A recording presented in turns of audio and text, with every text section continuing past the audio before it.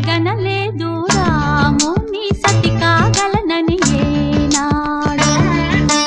రాముడు అనుకోలేదు జానకి పతి కాగలనని ఆనాడు.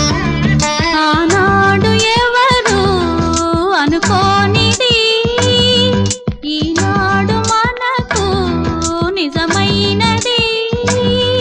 ఆ రామాయణం మన జీవన పారాయణం. రాముడు అనుకోలేదు జానకి పతి కాగలనని ఆనాడు.